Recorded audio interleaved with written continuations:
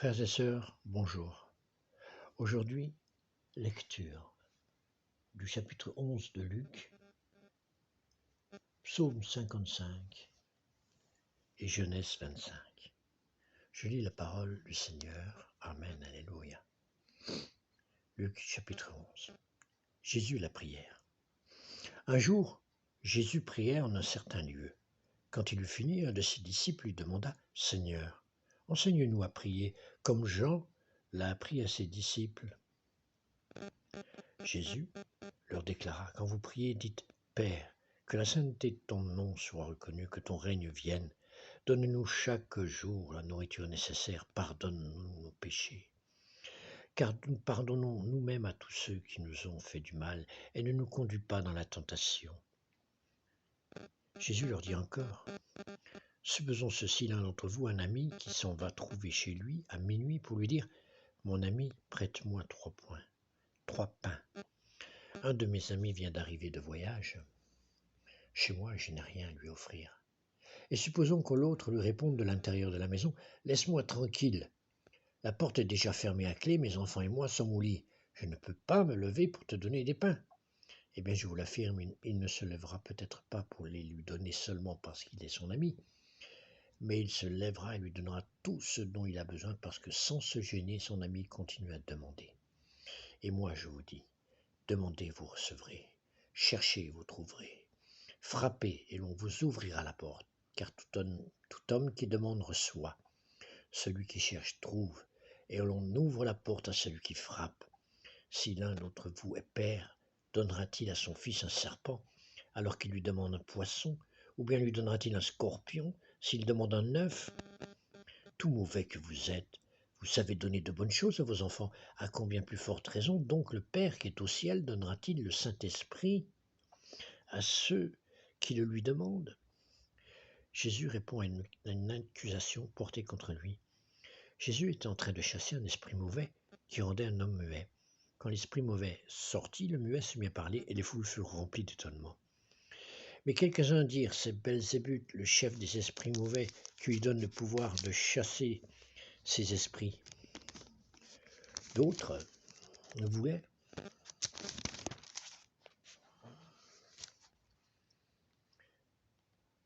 tendre un piège. Ils lui demandèrent de montrer par un miracle que son pouvoir venait de Dieu. Mais Jésus connaissait leurs pensées. Il leur dit alors « Tout royaume dont les habitants luttent les uns contre les autres finit par être détruit. Ces maisons s'écroulent les unes sur les autres. Si donc Satan est en lutte contre lui-même, comment son royaume pourra-t-il continuer à exister? Vous dites en effet que je chasse les esprits mauvais parce que Belzébuth m'en donne le pouvoir. Si je les chasse de cette façon, qui donne à vos partisans le pouvoir de les chasser? Vos partisans eux-mêmes démontrent que vous avez tort. En réalité, c'est avec la puissance de Dieu que je chasse les esprits mauvais, ce qui signifie que le royaume de Dieu est déjà venu jusqu'à vous. Quand un homme fort et bien armé garde sa maison, tous ses biens sont en sûreté. Mais si un homme plus fort que lui arrive et s'en rend vainqueur, il lui enlève les armes dans lesquelles il se confiait et il distribue tout ce qu'il lui a pris. Celui qui n'est pas avec moi est contre moi, et celui qui ne m'aide pas à rassembler disperse. Le retour de l'esprit mauvais. Lorsqu'un esprit mauvais est sorti d'un homme, il va et vient dans des endroits desséchés, en cherchant un lieu où se reposer. S'il n'en trouve pas, il se dit « Je vais retourner dans ma maison que j'ai quittée ».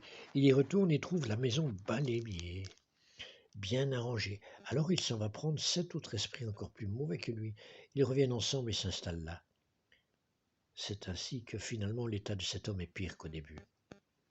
Le vrai bonheur. Jésus venait de parler ainsi quand une femme s'adressa à lui du milieu de la foule. « Heureuse est la femme qui t'a porté en elle et qui t'a allaité. » Mais Jésus répondit « Heureux plutôt ceux qui écoutent la parole de Dieu et qui l'observent et lui obéissent. » La demande d'un miracle. Comme les foules s'amassaient autour de Jésus, il se mit à dire « Les gens d'aujourd'hui sont mauvais.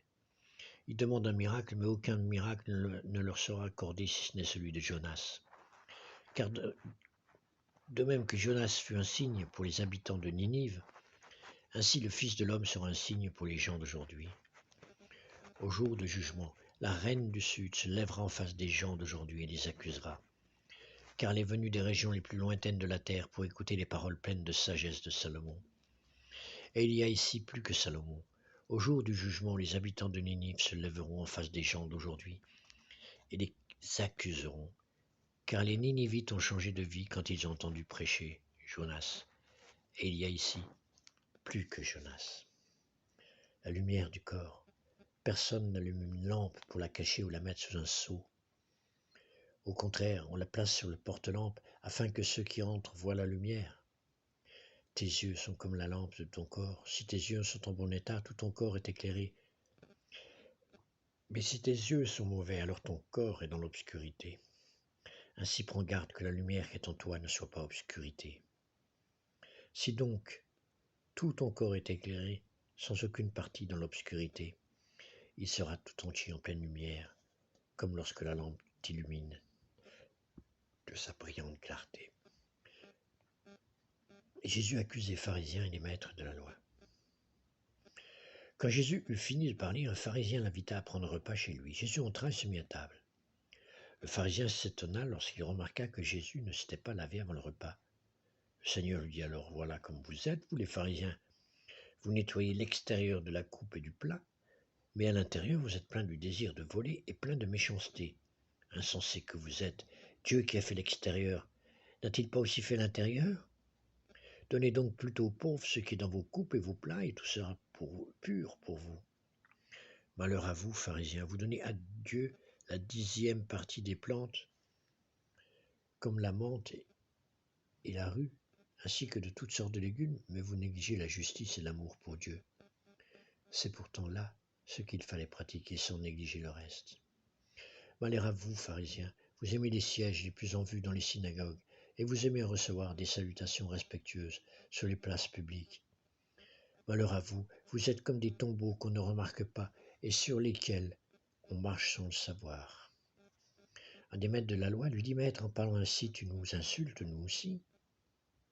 Jésus répondit, Malheur à vous aussi, maître de la loi. Vous mettez sur le dos des gens des fardeaux difficiles à porter et vous ne les aidez pas même du bout d'un seul doigt à porter ces fardeaux. Malheur à vous, vous construisez de beaux tombeaux pour les prophètes, ces prophètes que vos ancêtres ont tués. Vous montrez ainsi que vous approuvez les actes de vos ancêtres, car ils ont tué les prophètes et vous, vous construisez leurs tombeaux. C'est pourquoi la sagesse de Dieu a déclaré, je leur enverrai des prophètes et des apôtres, ils tueront certains d'entre eux et en persécuteront d'autres. Par conséquent, les gens aujourd'hui seront punis pour le meurtre de tous les prophètes qui ont été tués depuis la création du monde. Depuis le meurtre d'Abel jusqu'au meurtre de Zacharie qui fut tué entre l'autel et le sanctuaire. Oui, je vous l'affirme, les gens d'aujourd'hui seront punis pour tous ces meurtres. Malheur à vous, maître de la loi. Vous avez pris la clé permettant d'ouvrir la porte du savoir. Vous n'entrez pas vous-même et vous empêchez d'entrer ceux qui le désirent. Quand Jésus eut quitté cet endroit, les maîtres de la loi et les pharisiens se mirent à lui manifester une violente fureur et à lui poser des questions sur toutes sortes de sujets. Ils lui tendaient des pièges pour essayer de le surprendre en train de dire quelque chose de faux. C'était la parole du Seigneur. Luc 11. Nous allons maintenant lire le psaume 55. Il s'agit de la prière d'un homme trahi. Je lis la parole du Seigneur. Amen. Psaume 55, qui est du répertoire du chef de chorale. Accompagnement sur instrument à cordes, poème chanté appartenant au recueil de David. Dieu, entends bien ma prière, ne te cache pas quand je te supplie. Sois attentif et réponds-moi. J'erre sans but, accablé d'inquiétude. Je suis troublé parce que dit l'ennemi et par l'oppression qu'imposent les méchants. Ils font tomber le malheur sur moi et me poursuivent avec colère. L'angoisse me serre le cœur, et les terreurs de la mort tombent sur moi. Je suis pris de crainte et de tremblement. Je suis submergé par l'effroi. Je me disais, ah, si je pouvais avoir des ailes comme la colombe, je pourrais m'envoler et me poser ailleurs. Je m'enfuirais plus loin et j'irais séjourner au désert. Je me dépêcherais de trouver un abri contre le vent qui souffle en tempête. Seigneur, embrouille les plans de mes ennemis, fais-les se contredire.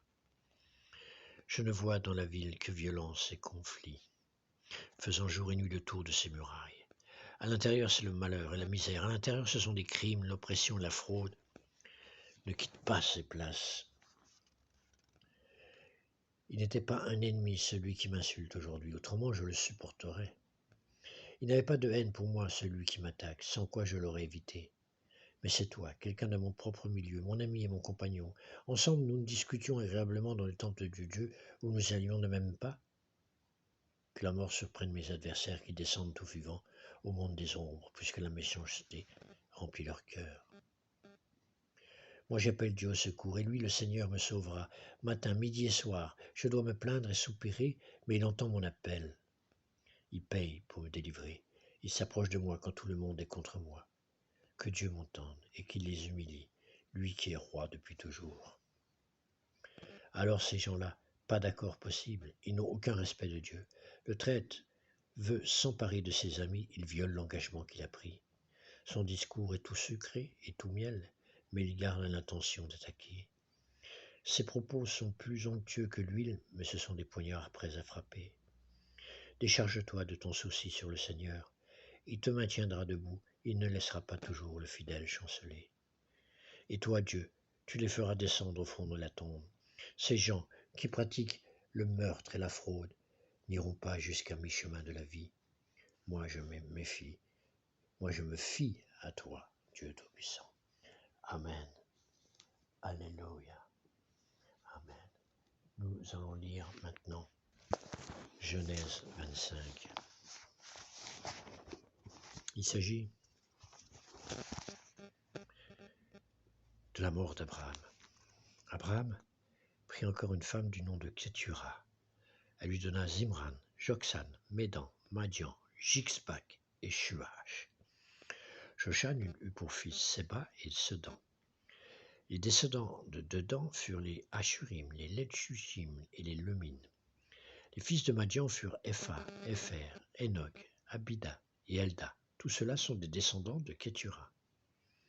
Abraham donna tout ce qu'il possédait à Isaac. Quant aux fils de ses concubines, il leur fit des cadeaux et il les envoya de son vivant, loin de son fils Isaac, vers l'est, dans un pays d'Orient. La durée de la vie d'Abraham fut de 175 ans, puis il expira. Abraham mourut après une heureuse vieillesse, âgé et rassasié de jours, et il alla rejoindre les siens. Ses fils Isaac et Ismaël l'enterrèrent dans la grotte de Macpéla, dans le champ du Hittite Ephron, fils de Tsoar, vis-à-vis de Mamré. C'était le champ qu'Abraham avait acheté aux Hittites, et c'est là que furent enterrés Abraham et sa femme Sarah. Après la mort d'Abraham, Dieu bénit son fils Isaac. Celui-ci s'installa près du puits de Lachaïroï. Descendance d'Ismaël. Voici la lignée d'Ismaël, fils d'Abraham, celui que l'Égyptienne Agar, la servante de Sarah, avait donné à Abraham. Voici le nom des fils d'Ismaël, leur nom en fonction de leur lignée. Nebajot, son fils aîné, Kédar, Abdel, Mibsan, Mishma, Duma, Massa, Hadad, Théma, Jétur, Napish et Kedma. Voilà quels furent les fils d'Ismaël, avec leurs noms d'après leur village et leur campement. Ils furent les 12 chefs de leur peuple. La durée de la vie d'Ismaël fut de 137 ans, puis il expira. Il mourut et alla rejoindre les siens. Ses descendants habitèrent le territoire situé entre Avila et Chour, qui est en face d'Égypte, en direction de la Syrie. Il s'établit en face de tous ses frères. Naissance d'Ésaü et Jacob. Voici la lignée d'Isaac, fils d'Abraham. Abraham eut pour fils Isaac. Isaac était âgé de 40 ans quand il prit pour femme Rebecca, qui était la fille de Bethuel, l'araméen, de Pandam Aram, et la sœur de Laban, l'araméen. Isaac supplia l'Éternel pour sa femme, car elle était stérile et l'Éternel l'exauça. Sa femme Rebecca tomba enceinte. Les enfants se heurtaient à l'intérieur d'elle et elle dit « Si telle est la situation, pourquoi suis-je enceinte ?» Elle alla consulter l'Éternel. Et l'Éternel lui dit « Il y a 2 nations dans ton ventre, 2 peuples issus de toi se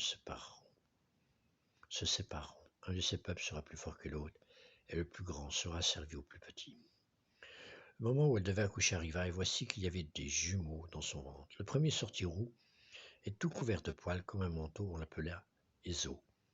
Ensuite sortit son frère, dont la main tenait le talon d'Ésaü. On l'appela Jacob, Isaac était âgé de 60 ans à leur naissance. Ses enfants grandirent. Ésaü devint un habile chasseur, un homme de la campagne, alors que Jacob était un homme tranquille qui restait sous les tentes. Isaac aimait Ésaü parce qu'il lui amenait du gibier, et Rebecca aimait Jacob.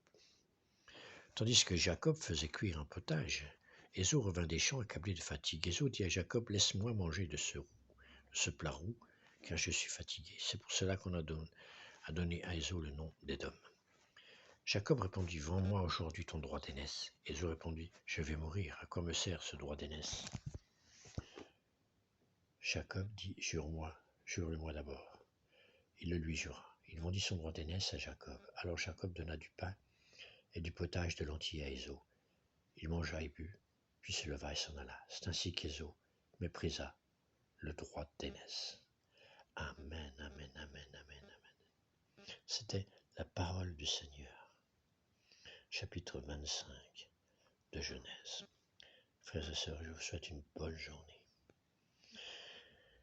Que Dieu règne, que le Saint-Esprit règne sur chaque moment de votre journée.